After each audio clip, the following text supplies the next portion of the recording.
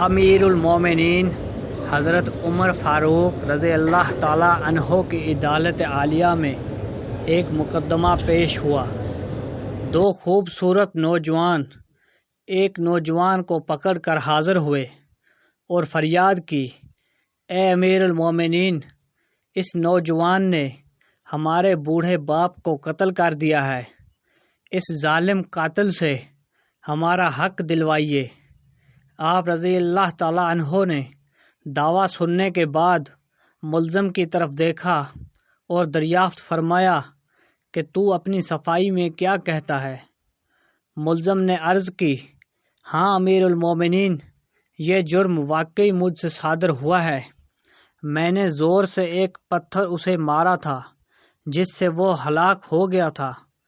فاروق اعظم رضی اللہ تعالیٰ عنہ نے فرمایا، گویا تو اپنے جرم کا اقرار کرتا ہے؟ ملزم، ہاں امیر المومنین، یہ جرم واقعی مجھ سے صادر ہوا ہے۔ آپ رضی اللہ تعالیٰ عنہ نے فرمایا، پھر تم پر قصاص لازم ہو گیا اور اس کے عوض تمہیں قتل کیا جائے گا۔ ملزم نے جواب دیا، آقا، مجھے آپ رضی اللہ تعالیٰ عنہ کے حکم اور شریعت مطہرہ کے فتوے سے انکار نہیں، البتہ میں ایک گزارش کرنا چاہتا ہوں۔ ارشاد ہوا، بیان کرو۔ عرض کی، 3 دن کی مہلت چاہتا ہوں، 3 دن بعد حاضر خدمت ہو جاؤں گا۔ عظیم قائد نے کچھ دیر سر جھکا کر سوچا، غور کے بعد سر اوپر اٹھایا اور فرمایا، اچھا، کون ضامن ہوگا تمہارا کہ تم واقعی وعدے کو خلافی کرنے کے لیے تیسرے دن عدالت عالیہ میں حاضر ہو کر خون کا بدلہ خون سے دو گے؟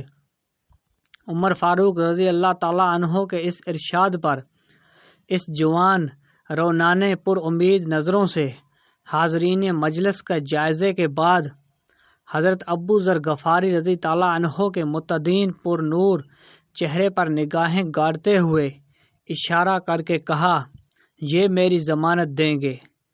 خلیفۃ الرسول نے ان سے دریافت فرمایا تو انہوں نے کہا، بے شک میں ضمانت دیتا ہوں کہ نوجوان 3 دن بعد تکمیل قصاص کے لیے عدالت میں حاضر ہو جائے گا۔ اس ضمانت کے بعد ملزم کو چھوڑ دیا گیا۔ 2 دن گزر گئے اور تیسرا دن آ گیا۔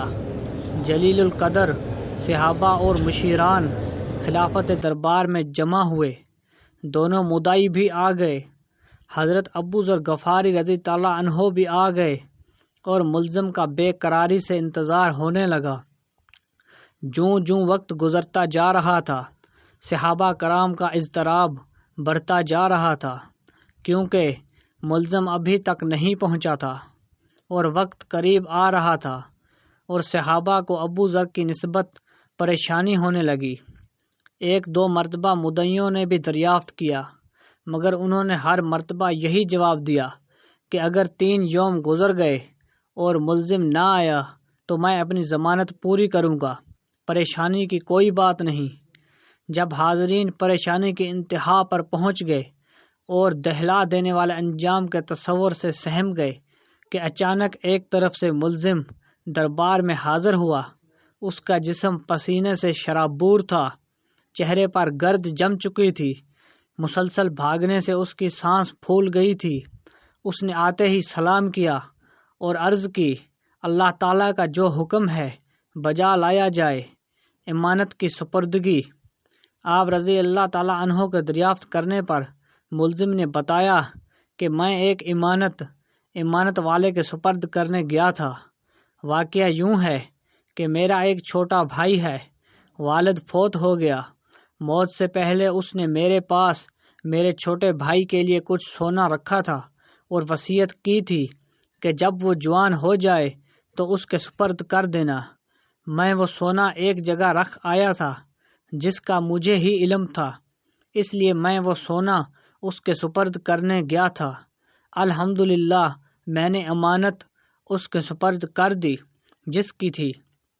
امیر المومنین رضی اللہ تعالیٰ عنہ نے ابو ذر غفاری رضی تعالیٰ عنہ سے پوچھا کہ آپ نے اس کی ضمانت کیوں دی تھی؟ کیا یہ آپ کا واقف تھا؟ انہوں نے کہا، کہ میرا اس سے کوئی تعلق نہ تھا، صرف یہ بات تھی کہ جب اس نے پر امید نگاہوں سے میری طرف دیکھا تو مجھے خیال آیا کہ اگر بھرے مجمع میں بھی اس کی ضمانت نہ دوں تو کل قیامت کے دن رب العزت کے سامنے شرمندہ ہونا پڑے گا کہ اتنے آدمیوں میں سے کوئی بھی اس کا ضامن نہ بن سکا۔ اس لیے میں نے اس کی ضمانت دی، حالانکہ میں اسے بالکل نہ جانتا تھا، نہ مجھے یہ معلوم کہ یہ کہاں رہتا ہے۔ بس اس کی ظاہری شرافت نے مجھے یقین دلا دیا کہ وعدے کا پکا ہے، اور میں نے ضمانت دے دی۔ یہ بات سن کر حاضرین محفل اشک آلود ہو گئے۔ مدعیوں نے التجا کی، اے امیر المومنین، ہم نے اپنے باپ کا خون معاف کر دیا۔ سبحان اللہ۔ امید کرتا ہوں کہ آپ کو میرے اسلامک ویڈیوز پسند آ رہی ہوں گے۔ مزید اچھی نئی اسلامک ویڈیو کے لیے ہمارے چینل کو سبسکرائب کیجیے اور اس ویڈیو کو لائک کیجیے۔ اللہ حافظ۔